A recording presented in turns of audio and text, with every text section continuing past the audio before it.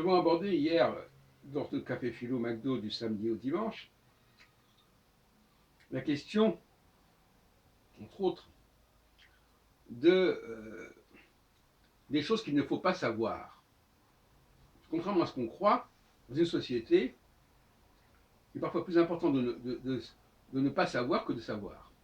Et on est marqué plus, on est marqué dans son appartenance, plus parce qu'on ne sait pas que parce qu'on sait. Autrement dit, le type qui dit « Oh, j'en sais rien », ben, il marque son identité. Ça ne m'intéresse pas, il marque son identité. Et par conséquent, les gens se trahissent de cette façon. Quelqu'un qui sait trop de choses sur certains sujets, ça veut dire qu'il est allé, par rapport au groupe en question, il est allé voir ailleurs. Il a acquis des connaissances que le groupe en question, dont on parle maintenant, n'est pas censé posséder. Et c'est comme ça qu'on peut détecter les imposteurs. On peut prendre, par exemple, quelqu'un qui veut se faire passer pour juif.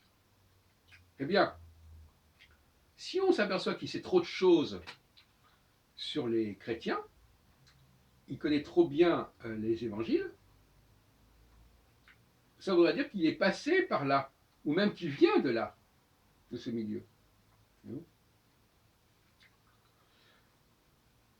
Et de même façon, par exemple, quelqu'un qui connaît trop bien une époque ancienne.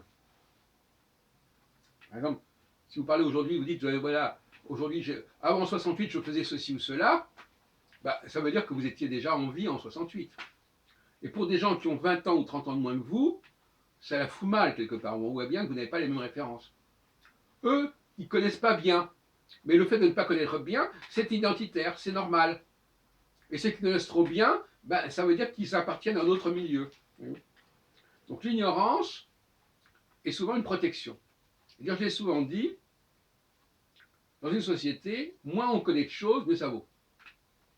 Moins on sait de choses sur vous, mieux ça vaut. L'autre jour, je disais, dans une société, les gens dont on connaît les origines, ça fait problème.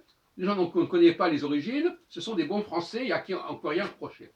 Donc l'ignorance, encore une fois, qu'on ne sache pas des choses sur vous, ou que vous ne sachiez rien sur le monde, ben finalement, c'est moins problématique que si vous savez trop de choses. Ça peut paraître bizarre, mais c'est comme ça. Et par conséquent, on peut détecter des fausses appartenances de cette façon. Quelqu'un qui voudrait cacher l'âge qu'il a, ben ça peut se trahir en le faisant parler sur des périodes où il n'était même pas censé être en vie. Pour quelqu'un qui veut cacher ses origines, eh bien, on peut lui parler de certains sujets, on s'aperçoit qu'il en sait trop. Comme vous connaissez le titre d'un film, L'homme qui en savait trop. Voilà.